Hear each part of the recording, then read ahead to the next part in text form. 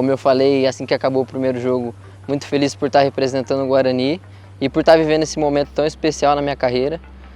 Creio que a gente tem feito bons jogos, por mais que a gente não queria ter empatado contra a Inter no final de semana, mas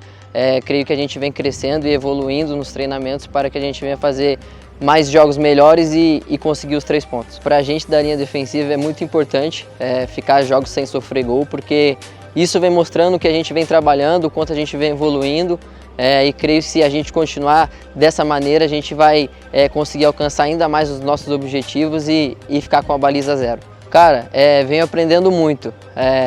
venho aprendendo com as pessoas mais velhas, Alan, que é o mais velho do grupo, junto com o Anderson Leite. Creio que isso tem me ajudado bastante, tenho ouvido bastante também, e também com toda a bagagem que, por mais que eu sou jovem, mas tenho uma bagagem já de jogos profissionais e fico muito contente com essa minha evolução e creio que tudo vai caminhar da forma correta. A gente vem se adaptando e a gente vem a cada treino, a cada treinamento aprendendo mais com ele, por mais que eu já trabalhei com ele, sei como é que é, mas os outros meninos vêm conhecendo mais o trabalho dele, vêm conhecendo a forma que ele é dentro de campo, nos treinamentos, então acho que isso vem nos ajudando para que a gente consiga fazer o que tem sido pedido. Sabemos da grandeza do São Paulo,